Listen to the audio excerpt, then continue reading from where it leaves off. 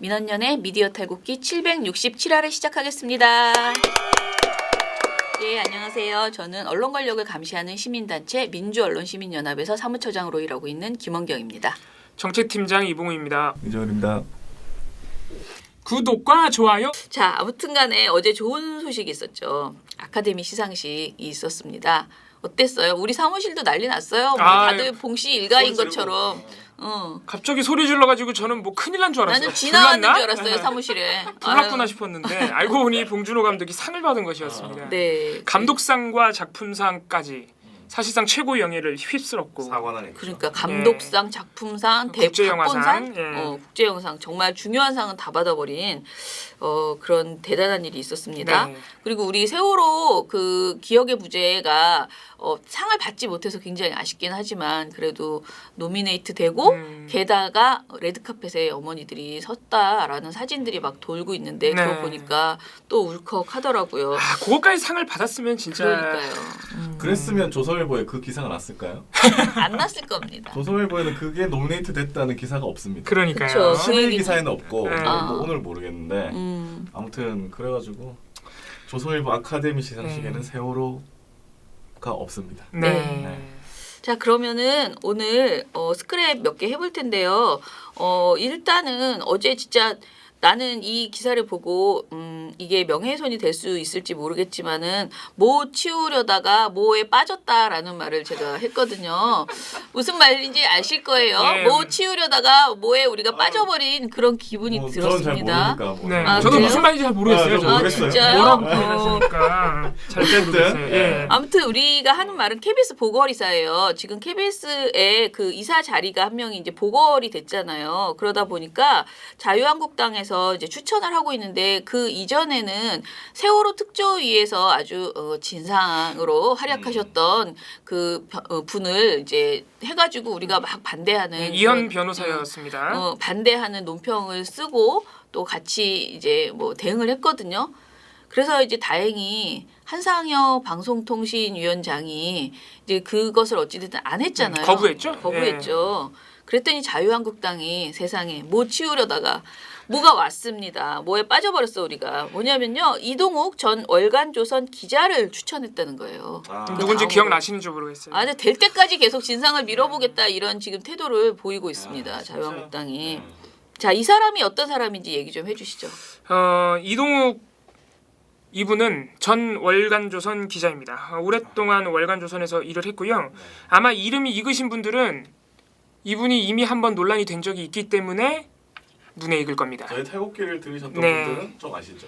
저희가 작년 2019년 초에 이분을 한번 다뤘어요. 보고서도 저희가 많이 나갔어요. 네네. 한 3-4개 나갔는데 왜냐?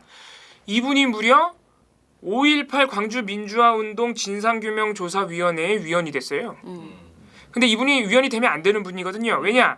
5.18을 모욕하고 왜곡한 분이기 이 때문입니다. 사람 수사 대상이야. 예. 이분은 진상규명조사위원회의 조사를 받아야 될 분이지 진짜. 조사를 담당할 분이 아니에요. 예. 예를 들어서 이분이 예전에 그 썼던 기사나 했던 말들을 보면요. 월간조선 기자 재직 시절인 1996년에 이런 기사를 썼습니다. 성폭행, 교도소 학살 사건, 계엄군의 중화기 사용 보도는 다 오보다. 발포 책임이 누구에게 있는지는 혼돈의 상태다. 이렇게 주장을 했고요. 그리고 그 보안사령관, 그러니까 전두환을 의미합니다. 전두환이 사실상 발포 명령자라는 그 1996년 당시의 검찰 발표에 이동욱 기자는 검찰은 언론의 입장을 계산하고 입맛대로 골라 쓰라는 식의 양면성 있는 발언을 했다라고 검찰을 비판했습니다. 네. 그리고 2013년 있었던 조갑제 강좌에서 조갑제 강좌에 나갔다는 것 자체가 이분이 어떤 분인지 아시겠죠? 예. 그 강좌에서 다수 선량한 시민들이 소수 선동가에 의해 선동당한 것으로 이것이 광주 사태의 본질이다라고 주장했고 이분은 광주 민주화 운동 얘기할 때마다 광주 사태라고 발언을 하고요. 그리고 이 외에도 광주 민주화 운동의 피해자분들, 그러니까 그 국가폭력의 피해자분들과 제가 성함을 까먹었는데 광주 민주화운동 당시에 끝까지 가두 방송하신 선생님 계시죠? 네. 지금도 계신데 그분을 굉장히 이렇게 네, 모욕적인 표현과 함께 명예훼손했던 분이기도 합니다. 아무튼 그런 분이에요. 이분을 작년 초에 자유한국당이 5.18 진상규명조사위원회 위원으로 추천을 해가지고 문재인 대통령이 한번 거부했어요. 왜냐하면 이분이 법적으로 법에서 명시하고 있는 조사위원회 자격이 안 돼요. 이분이 경력이라는 게 기자밖에 없는데 자유한국당이 그 기자 생활한 거를 5.18에 대한 연구를 했다고 거기다 맞춰가지고 올린 거예요. 말이 되냐고. 기자가 무슨 연구야. 이 세상에 기자가 엄청나게 많은데 다 학자인가 봐. 말이 안 되잖아요. 학계 종사자가 아닌데. 그래서 한번 거부했는데 자유한국당이 또 추천해서 결국 임명이 돼버렸어요. 왜냐하면 대통령 입장에서는 제가 잘했다는 게 아니라 이게 법이 진통 끝에 2018년 초에 진상규명 특별법이 통과가 됐는데 자유한국당이 조사위원을 추천을 안 해서 2019년까지 간 거예요. 조사가 시작도 못했죠. 시작을 못 하고 있어서 법이 통과됐는데 이게 그러다 보니까 이동욱 위원 때문에 또 한 번 거부했더니 또 1년이 지났어. 그러니까 대통령 입장에서 이거 빨리 조사를 일단 시작해야 되는 거예요. 정부 여당 입장에서는. 그렇다고 해도 저는 이동욱 위원을 임명해서는 안 됐다고 생각합니다. 그렇지. 아무튼 일이 그렇게 돼버렸어요. 그랬더니 이거 잠시 잊고 있었어. 그러게. 그랬더니 또 KBS 이사로 지금 추천을 한 거예요. 자유한국당이 이런 사람을. 어떻게 이러냐. 이게 말이나 되냐고요. 이게 자유한국당이 이게 제정신인가 싶습니다. 그러니까 자유한국당은 광주 민주화 운동을 제대로 평가하고 제대로 인식하고자 하는 뜻이 없다는 걸 우리가 다시 한번 확인할 수 있어요. 그렇죠. 뭐 어제 네. 우리 그 황교안 대표가 80년에 무슨 일이 있었지라고 했다면서요. 난 진짜 저 욕이 여기까지 올라오는데 너무 저 사람이 진짜 정치를 하겠다는 사람이 뭐 먹으면서 떡볶이 먹으면서 그랬나 오뎅 먹으면서 어묵인가 그랬나. 뭐, 예. 뭐 어묵인가 뭐. 예. 진짜 정말 저런 사람이 어떻게 법무부 장관이었지? 그리고 대통령 권한대행. 진짜 실력. 오싹하는 그런 상황이에요. 진짜 제 감정 그대로 표현하자면 이거 자유한국당은 사실 도 되면 아주 선거법 위반될 수 있으니까 대충 합시다. 이거 뭐 편집해 주시겠죠? 아니 근데 이게 말이 되냐고요. 5.18 민주화 운동에서 민주화 운동에 대해서 끊임없이 이런 왜곡과 날조와 모욕을 하는 정당이 네. 이게 공론장에 있어야 되는 거냐고요. 이거 없어야 된다고. 이런 의견이나 주장은 없어야 되는데. 자, 그래서 어제 언론노조가 이제 성명을 급하게 냈습니다. 먼저 언론노조는 세월호 참사 진상규명을 방해했던 이현 변호사에 이어서 5.18 광주 민주화 운동을 지속적으로 이제 망언을 쏟아내고 있는 이동욱 전 월간조선 기자. 사실 이 사람 월간조선 기자라고 말하면 좀 그렇고요. 조갑제닷컴 기자예요. 조갑제닷컴에만 기사를 쓰거든. 아니 근데 조갑재 씨도 북한군설은 부인해요. 근데 이 사람도 북한 군설은 그렇게 노골적으로 얘기 안 해요. 아까 그 얘기한 그런 거예요. 쉽게 말해서 빨갱이들이 선량한 광주 시민들을 선동해서 폭동을 일으켰다 이런 식의 북한군까지는 안 간다. 그런 거예요. 지방시는 북한군까지 가는 거잖아. 그렇죠. 아니 근데 그 주체만 다를 뿐이지 내용의 본질은 똑같잖아요, 외국의 이런 본질은 문제는. 똑같은 거예요. 그죠? 그래서 아무튼 이 사람 자유한국당은 제발 공영방송 이사 추천해서 손을 떼라라고 했는데 지금 자기네들이 권한이기 때문에 손을 떼기는 불가능하고요. 제발 좀 정상적인 사람을 내려주시길 추천해 주시기를. KBS 이사 같은 경우에는 법에 명시가 안 돼 있죠. 정당이 그렇죠. 추천하라고. 근데 이거는 우리가 정말 법에 명시 안 돼 있어도 다 그 권한대로 민주당, 자유한국당 관행대로 하고 있었던 해왔잖아요. 거죠. 근데 그거를 자기의 어떤 뭐 권리가 계속되면은 권리가 아니고 호의가 계속되면 자기 권리인 줄 안다고 다들 그렇게 이것이 무슨 자기 티오 우리가 내려 꽂을 수 있는 무조건 누굴 보내도 되는 그런 자리있냐 그렇게 행동하고 있잖아요. 그런데 아무리 그래도 양식이 있어야지 어떻게 이런 사람을 또 보냅니까? 그래서 아무튼 언론노조가 엄청나게 언론의 보도로 인해서 독자들이 발포 책임자와 관련해서 방황하게 했고 이 사람이 그리고 전두환 당시 보안사령관이 발포 명령자라는 사실과 검찰 발표를 부정한 사람이고 성폭력과 중화기 사용 등 사실로 확인된 내용에 대해서 악의적인 헛소문이다라고 이 사람이 말했던 사람이다. 그렇게 수차례 도대체 말하고 이런 다니거든요. 사람을 이런 인식을 가진 사람을 어떻게 공영방송 이사회를 포함해서 이런 자리에 보내는 것이냐라고 자유한국당을 강하게 규탄을 했습니다. 아무튼 또 한상혁 그 방통위원장이 또 거절해야지 된다. 네, 결단을 발휘하셔. 이건 결단도 아니야. 이게 법에 없어요. 정당 추천이. 안 하면 돼 그냥. 저번에도 이현 변호사 그 검토를 아예 안 했듯이 그냥 아니 우리가 거부하는 것도 아니고 검토를 안 하겠다 이런 추천을 받을 우리가 법에 명시된 게 없기 때문에 이렇게 해주시길 좀 부탁을 드립니다. 구독과 좋아요. 자, 그리고 한 가지 더 스크랩 해볼 텐데요. 드디어 올해의 세 번째 법정 제재를 TV조선이 받게 됐다고 합니다. 참 빨리도 해줘요. 저는 이거 있잖아요. 지금 작년에 했어야 정말 되는 거예요? 여론이 네. 정말 작년에 나왔어야 되는 작년에 거고. 했어야 되는 거예요. 여론이 지금 방송통신심의위원회에 대해서 너무 안 좋거든요. 도대체 니네가 지금 한 게 뭐 있냐? 2년 우리 요번 최근에 보고서 2개 발표했지만 한 거 있죠? 종편 봐주기. 절대 위기에 빠지지 않게 그러니까 최소한으로 법정 제재 내리기. 진짜 기법도 정말 다양하잖아. 우리 며칠 말도 안 전에 되는 TV조선 어떻게 봐줬는지 다 정리해서 올렸거든요. 아 진짜 말하면 진짜 또 더 뒷목 잡습니다. 그런데 그런데 이제 올해가 되니까 갑자기 이렇게 법정 제재가 또 나오네요. 이게 아무튼 전체적으로 방통위원장 바뀌면서 이 방통심의가 너무 심하다라는 여론이 더 많이 커졌어요. 제가 보기에는. 그런데 아무튼 그래서 이런 뒤늦은 결과가 나왔는데요. 이게 도대체 언제쯤입니까? 기억도 안 나. 예, 인천국제공항공사 관련된 그 보도에서 이 우리가 가지고 있는 아주 귀한 녹취록도 있는데요. 아직 풀진 않겠습니다. 김미선 기자가 말도 안 되는 오보를 냈어요. 그런데 이 오보를 여태까지 심의를 안 하다가 이제 와서 이게 아니, 주의가 그러니까 이게 나왔습니다. 2018년 어. 10월 18일. 이건 진짜 누가 봐도 명백한 봐주기죠. 왜냐하면 이거를 작년에 해줬잖아요. 그러면은 내 건에 걸려요. 예, 시정명령 걸리죠. 네. 내 건 되면 그때 취소된다고 했나요? 아니요, 취소는 시정명령을 아니고 한번 거친 다음에, 시정명령이 돼서, 예. 시정명령 6개월 동안 시정명령을 받고 그때 또 걸리면 이제 취소, 허가 취소 이런 순서였거든요. 자, 어떤 보도였는지 또 봉우 씨가 설명을 해주시죠. 네, 2018년 10월 18일 그리고 10월 19일에 있었던 TV조선 뉴스9 그리고 뉴스 퍼레이드 그리고 2018년 10월 23일 TV조선 뉴스9 프로그램으로는 3개, 안건으로는 2개가 모두 법정 제재가 나온 겁니다. 주의가 나왔습니다. 이 보도들 모두 아까 처장님 말씀하신 인천공항공사 채용비리 의혹이었습니다. 기억나시는지 모르겠어요. 이때 당시에 TV조선이 앞장서서 인천공항공사에서 민주노총이 노조 지부장이 부인을 정규직으로 채용하고 본인과 부인 모두 고속 승진시켰다. 노조 간부가 아들과 조카를 비정규직으로 입사시킨 뒤 정규직 전환시켰다. 뭐 이런 의혹들을 보도를 했어요. 심지어 단독이죠. 예, 이거 다 단독이었고 그런데 이게 다 오보라는 것이 생각보다 빠르게 밝혀졌거든요. 이게 민경욱 의원실에서 받은 자료로 일방적으로 보도한 것이었는데 이게 뭐 세세한 그 부분들이 일단 틀려요. 이게 지부장이 아니라 그 지회장이었고 일단 지회장이었고 그 부인을 뭐 고속 승진시켰다, 뭐 입사를 시켰다 이게 다 사실관계와 어긋났었어요.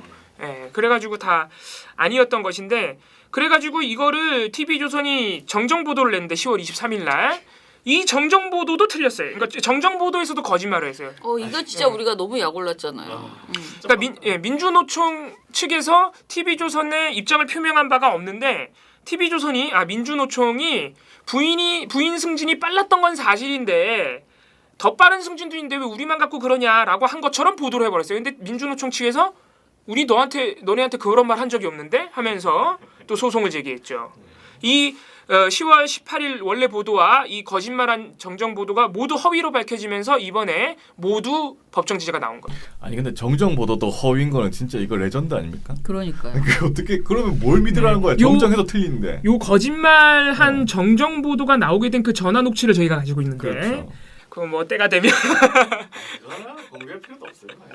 아니 근데 그게 정말 이제 공개는 저희가 안 하는데 진짜 건방지기가 정말 짝이 없고 무례하고 정말 불쾌한. 제 생각에는 오히려 그 말하는 그 아저씨의 심기를 건드려서 그러니까 그분이 화가 나게 하려고 계속 도발을 하는 거예요. 그리고 진짜 욕이 절로 나와. 내가 들어도 나는 제3자인데도 욕이 나오는데 그거를 듣는 당사자는 얼마나 억울하겠어요. 보도를 이따위로 해놓고 그걸 항의를 하니까 막 그렇게 막 따잡아서 막 이제 막 그래? 그러면 뭐 고쳐주면 되죠. 막 이런 식으로 막 너무 터무니없는 행동을 하는 거예요. 이 김미선 기자가. 그래서 민주노총 그 전화 진짜. 받으신 분이 그분이 막 기가 막혀가지고 민주노총 측이 우리는 너네한테 공식 입장을 전달한 적이 없다는 그 말이 진짜 맞는 게 녹취를 들어보면요 하도 그 김미성 기자가 쏘아붙이니까 이분이 말할 타이밍도 없어요. 예? 아니 뭘 하시는 거예요? 아니 이러다 끝나 전화가. 아무튼 이게 웃을 일은 아닌데 아무튼 정말 심각합니다. 진짜 언론사들이 얼마나 거만하고 얼마나 무례한지를 단적으로 보여주는 그런 소리였어요. 근데 아무튼 이 심의 과정에서 심영섭 위원이 이렇게 말했다네요. 이것도 되게 웃깁니다. 채용비리 의혹을 제보받았다고 했는데 한국노총 노조원이죠? 라고 물으니까 김동욱 TV조선 뉴스 에디터가 맞다. 하지만 최대한 취재원을 동원해서 확인했다라고 주장했대요. 뭐가 어떻게 맞아? 한국노총 민주노총 의혹인데 뭐 한국노총이 의혹을 제기할 수는 있는데 그게 한국노총이니까 일단 진위 여부를 조금 더 검토를 해보고 이렇게 좀 검증을 더 했어야 되는데 그냥 넙죽 뭐 보도한 사례라고 봐야겠죠. 또 김재영 의원은 TV조선과 미디어오늘 보도 사실관계가 상반된다. 정확히 어디가 맞는지 모른다. 객관성 조항을 따지는 이유가 불명확한 사실을 문제 삼는 것이다. 언론 보도가 문제될 경우는 일방의 취재원을 활용해 기사 쓰는 경우다. 한쪽 진영에 있는 취재원이라면 사실로 단정하는 게 무리다. 라고 지적을 했습니다. 그러자 김동욱 에디터가 기사를 쓴 기자도 그렇고 데스크도 그렇고 지부장과 지회장의 차이를 몰랐다. 그럼 보도하면 안 의도를 되지. 가지고 지부장과 지회장을 잘못 쓴 건 아니다라고 말한 뒤에 미흡했지만 우리는 다음날 정정 보도를 했다. 최대한 저희 잘못을 바로잡으려고 노력했다. 그 보도가 거짓말이었잖아. 근데 그 정정 보도를 잘못한 게 더 밉다는 거지. 진짜 너무하시네 진짜. 이거는 사실 주의로도 거의 관계자 징계 정도는 나와야 되는. 그 녹취 들어보면요, 이거 의도된 기사 같다. 이런 좀 의심까지 들 정도고. 그냥 민주노총 깔라고. 네. 결국은 강상현 위원장, 허미숙 부위원장, 이소영, 김재영, 심영섭, 강진수 6명이 법정 제재 주의를 주장을 했고요. 그럼 반대한 사람은 누구냐? 바른미래당 추천 박상수 위원과 자유한국당 추천 정광삼, 이상로 이 사람들은 문제없음을 또는 의견 제시 의견을 냈다고 합니다. 이 심의회의 하이라이트는 사실 자유한국당 추천 이상로 위원. 네, 이 사람들이 얼마나 재미있는 얘기들을 했는지 봅시다. 민원인 개인정보를 노출시킨 그 위원이죠. 이분이 뭐라고 주장했냐면은 이런 정도 TV조선의 이런 정도 방송 내용을 가지고 이렇게 심하게 심의를 해도 되냐? 그렇다면 JTBC, KBS를 다룰 때 우리가 이렇게까지 했냐? 공정하지 못하다. TV조선의 이 보도가 문제라면 JTBC 태블릿 PC 보도는 더 심각하다라고 언성을 높였대요. 아니 이 사람 지금 가짜 뉴스의 세계에 자기가 완전 푹 빠져 있는 거지. 태블릿 PC까지 아직도 나왔어? JTBC 태블릿 PC가 문제가 있다고 지금 보도가 아니, 이렇게 이런 사람 빠져 무슨 있는 거지. 방심위에서 심의를 그러니까 이분은 거의 지금 저 광화문 광장에 있는 태극기 부대 수준이거든요. 지금. 거길 대표해서 나오셨나? 그분들이랑 같은 생각을 하고 있어요. 자유한국당 추천이라잖아요. 네, 그분들이랑 같은 생각을 하고 있는 건 뭐 사상의 자유인데 이런 분이 방송통신심의위원회에 와서 심의를 하고 있다는 게 말이 되냐는 말이에요. 이게 자유한국당의 현실인 거예요. 그러니까요. 자유한국당은 즉 5.18도 왜곡하고 모욕하고 박근혜 탄핵을 아직도 거부하는 그런 정당인 거죠. 태극기 세력과 똑같은 정당이라는 의미죠. 정광상 상임위원 말은 더 웃겨요. 보통 기자들은 의원실에서 자료가 나오면 민경욱 의원실 발로 기사를 쓴다. 기자가 기사 하나를 가지고 한두 달 취재할 수 있는 것도 아니고 한두 달 해야지 나오는 게 아니야. 이 내용이. 하루만 했어도 됩니다. 그런데 한두 달 취재할 수 있는 것도 아니고 그날 써야 한다. 바쁘다.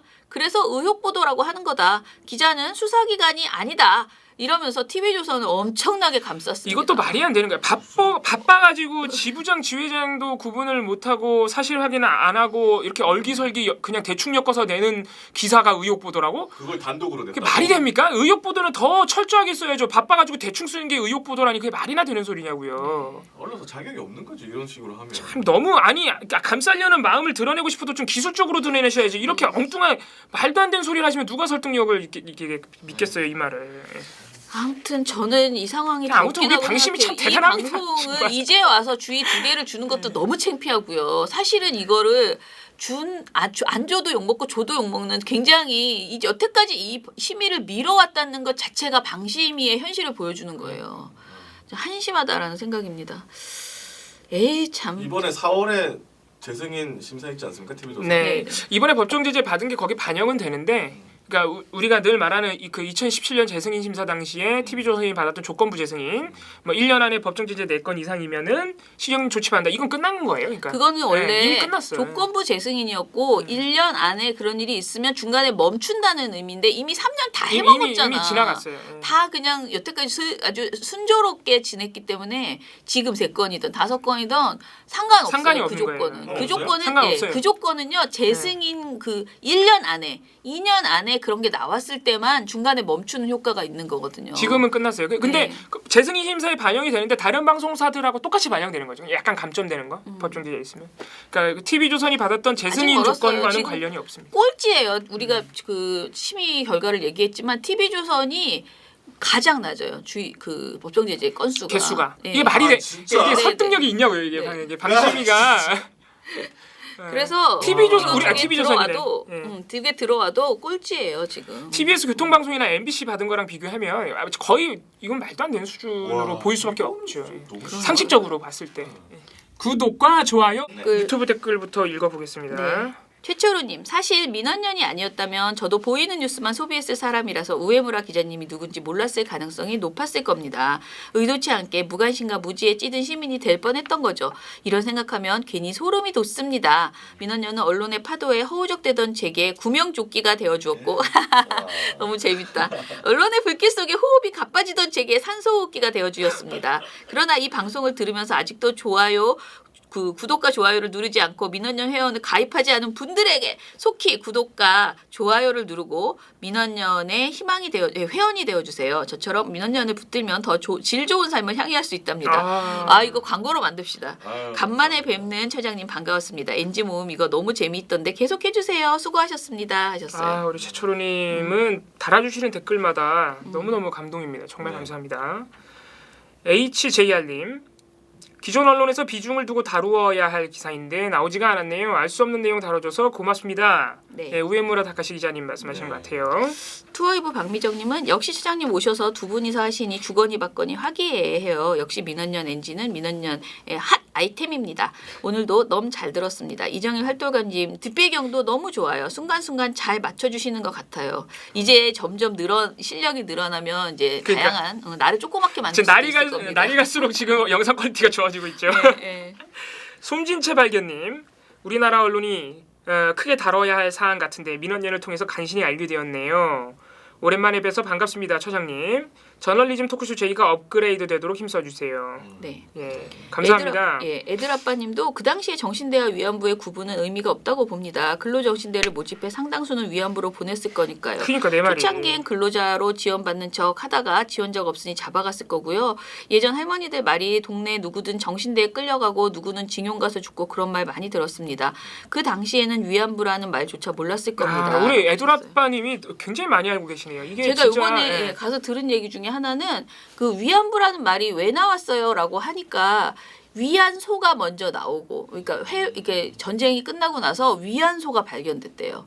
그래서 그러니까 위안소라는 곳이 뭐 하는 곳이냐 하면서 거기서 이제 컴포트 우먼이라는 이름이 생겼다는 거예요. 그래서 처음에 잡아갈 때는 위안부라는 말로 잡아가지 않았다는 아니, 거죠. 그렇게 잡아갔겠어요? 그러면 사람들이 안 가려고 할 텐데. 예, 당연히 이게 감언이설로 속였겠죠. 글로 하는 거다 이렇게. 놀러 가자. 뭐. 예. 그리고 사실은 이 정신대로 가셔가지고 이렇게 그 근로정신대로 가셔가지고 일을 하다가 도망을 가거나 뭐 힘들어서 막 이렇게 하잖아요. 말을 안 듣잖아요. 그러면 진짜 또 그렇게 보내버렸대요. 그러니까 일본 사람들이 이렇게 구분 없이 막 정말 너무 나쁜 짓을 많이 했더라고요. 네. 예, 그리고 실시간으로 보다가 좋아요 누르는 걸 잊어서 누르러 다시 왔습니다라고 김야옹 님이 말씀하셨어요. 언론이 공정하지 않다고 생각하신다면 비판만 하지 마시고 민원연에 힘을 실어주세요. 구독, 좋아요 하셨습니다. 새희망 조타님, 닉네임이 참 좋네요. 민원연을 통해 유식해져 갑니다. 민주 언론에 대한 식견을 잘 쌓고 있습니다. 아유 감사합니다. 근데 저희도 늘 말씀드리지만 저희도 이슈가 닥칠 때마다 공부하는 측면이 크고요. 네네. 그래서 저희도 늘 반성하고 저희도 오히려 시민 여러분들이 제보해 주시는 거 이런 거에서 많이 배웁니다. 저희도. 네, 저도 민원연 때문에 매일 예, 유식해지고 저도 매일매일 배우는 입장이지 뭐. 돈 받고 유식해지고 참 좋네요. 그렇게 표현하니까 제가 너무 나쁜 사람 같은데 일을 하는 겁니다. 아니야. 일을 하고 있어요. 예. 자, 그리고 주제마다 배경화면 바뀌는 거 좋다고 하셨고요. 처장님 반갑습니다. 집안일하며 듣기에 팟캐스트가 더 편해서 듣고 댓글은 유튜브에 남겨요. 자발적 댓글 알바. 일본에도 정의로운 분들이 있다니 다행입니다. 좋은 결과 있기를 바랄게요. 네, 라고 감사합니다. 하셨습니다. 이소온라인님 네. 오늘도 좋아요 후 시청. 다른 얘기인데 마사이 문제는 역시 뉴스화가 안 됩니다. 부산 출신으로 지금은 부산에 살지 않지만 마사이 문제는 조금씩 지역 신문에 실리기도 했고 문제가 많고 부패가 심하다는 얘기가 20, 30년 전부터 있었는데 왜 이렇게 안 변하는지 10년이면 강산도 변한다는데 그래서 진짜 저희도 걱정 이거 어떻게 해야 됩니까 이거 진짜. 문종원 기수 관련된 대책위에서 매일 언론 브리핑을 내고 있는데요. 그 아니 보도가 있어야 언론 브리핑을 하지. 보도가 있긴 있어. 근데 아, 그게 있어요? 다 굉장히 그러니까 정말 노동 관련된 그런 작은 매체에서만 겨우겨우 내고 있는 거야. 그러니까 그거 이렇게 스크랩을 볼 때마다 저도 아침에 그쪽 대책위에서 그걸 이제 스크랩을 해서 그래도 이만큼 보도가 나왔습니다 하는데 사실 그게 뭐 4건, 3건 이렇게 진짜 된단 어떡해. 말이에요. 주요 매체에서는 하나도 안 다루고 그걸 보면 정말 답답합니다. 우리 KBS, MBC 공영방송이 좀 힘 좀 써주세요. 네. 지금 아직도 장례 못 치르고 계시죠? 그러니까 나는 빨리 그 거리의 만찬이 여기 이분들 좀 가야 돼, 만나줬으면 빨리 가야 돼. 좋겠어요. 네, 빨리 거리로 박미선 씨 나가서. 다시 불러서 가란 말이에요. 자, 조선아님, 민원연 구독은 사랑입니다. 많이 구독해주시고 공유해주세요. 김자정님도 민원연 응원합니다. 일본에도 깨어있는 기자가 있어서 다행이네요. 조중동은 각성하라라고 하셨습니다. 아유, 각성하란다고 각성하면 얼마나 좋겠습니까? 송구옥님, 네. 예, 구옥송님 두 분 오랜만이네요. 반갑습니다. 예, 저희도 반갑습니다. 네. HJ 킴님 인재 유출이 걱정됩니다. 이 무슨 말씀이실지 모르겠어요. 이봉훈 팀장이 청와대로 갈까봐. 직행. 청와대 직행. 별 걱정을 다 하십니다. 참, 전 걱정됩니다. 청와대 직행. 예, 좋습니다. 자, 예. 증거를 제시하면 된다. 군 명령서에 좋다. 정부의 회의록도 좋다. 증거도 없는 보도를 했기 때문이다. 부정하는 자에게는 입증 책임이 없다는 법률 격언입니다. 유죄를 주장하는 측에 입증 책임이 있습니다. 근대 국가의 기초 수준입니다. 라고 얘기하셨어요. 이것도 우에무라 기자님 네네. 맞죠? 저 패소한 거 안타까워서 하시는 말씀 같아요.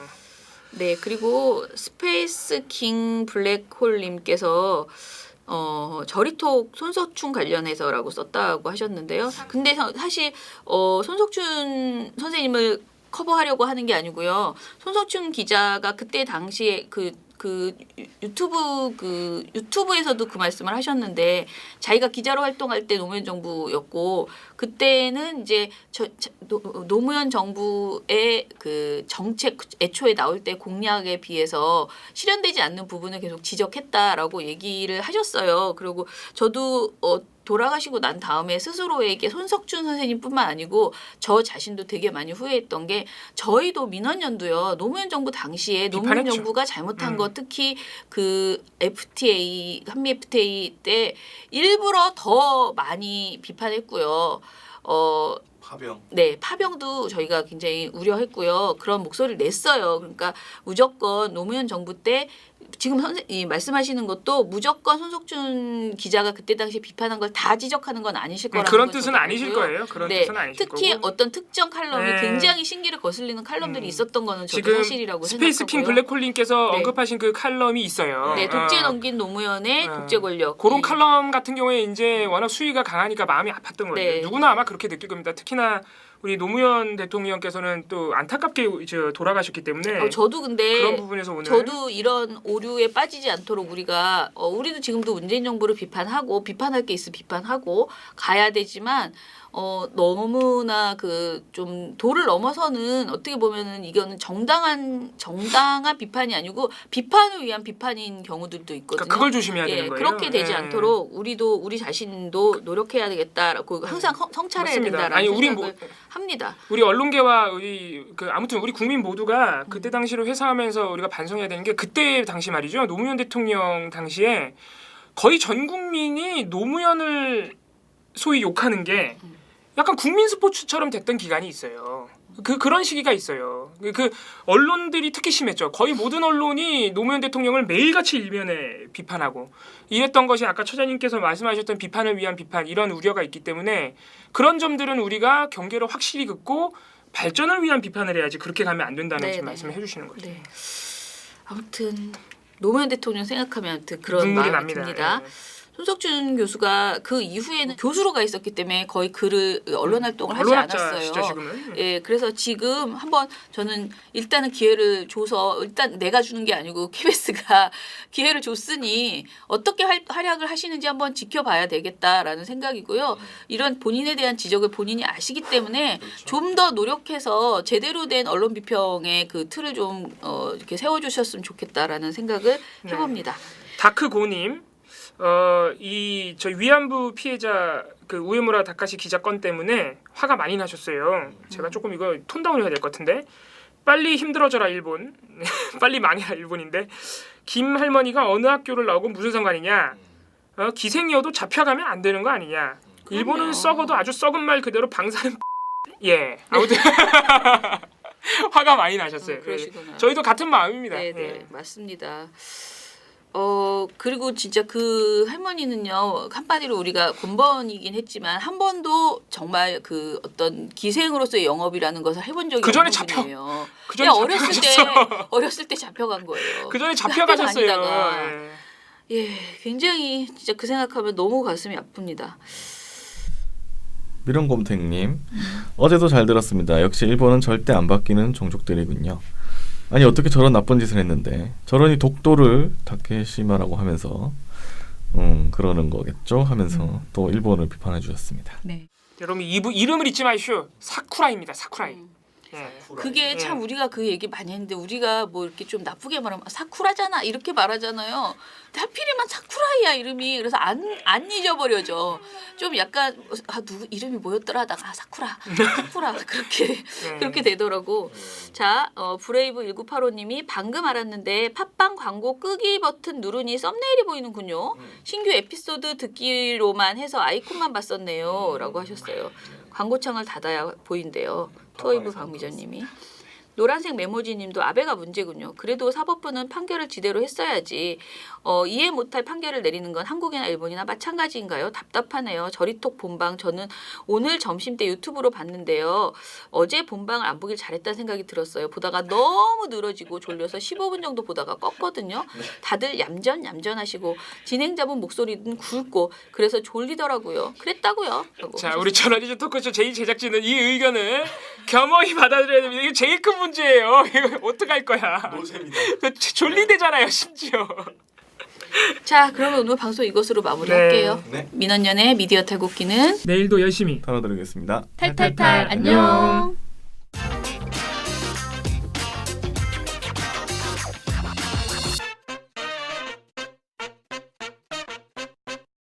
예 어제 이 인사 NG가 나갔다고 하는데요. 저는 아직 못 봤어요 사실. 좀 언짢습니다. 어제 너무 늦게 퇴근해서 못 봤는데. 저는 어제 제 예. 영상을 보고 깜짝 놀랐어요. 저만 정말 안 그래도 뚱뚱해서 그게 스트레스인데 저만 이만하게 나오고요. 마치 이정일 PD가 실력이 없는데 나를 이렇게 나만 이렇게 키웠나? 그런 생각 있잖아. 그럴 능력이 없는데 그럴 리가 없는데 이건 진짜 현실이구나. 내가 그렇게 뚱뚱하구나. 왜냐면 그게 저희 또 앞으로 오셔가지고 말씀하셔가지고 너무 나만 자꾸 이따만해지는 거예요. 정말 곰같이. 그래서 저는 굉장히- 아무 말도 안 하고 아, 저는 아무 짓도 안 하고 아무 말도 안 했습니다. 맞았어요. 전 가만히 있었고 아무 말도 하지 않았습니다. 정말 짜증나. 그런데 어제 또 제가 봉준호 감독 관련된 다큐를 텔레비전에서 하는 걸 봤거든요. 거기서 또 위안을 받았어요. 그 봉준호 감독에 대해서 그 김혜자 선생님이 마더 그때 이제 당시에 이렇게 인터뷰를 하는 게 나왔는데 내가 비행기에서 딱 내렸더니 뭐 봉준호 감독이 살이 너무너무 쪄가지고 배가 이만큼 나왔더라는 거예요. 그러면서 그걸 보면서 김혜자 선생님이 얼마나 신경을 많이 쓰고 스트레스를 받았으면 이렇게 됐을까라고 그렇게 말을 했대. 그 말이 나오는데 내가 진주한테 우리 딸들한테 야 나도 지금 스트레스 받아서 이런 거야. 전혀 그렇지 않다는 표정으로. 제가요 전 가만히 있었습니다. 그래서 내가 나도 지금 힘들어서 그런 거로 이해해 주시기 바랍니다. 이렇게 막 얘기를 했죠.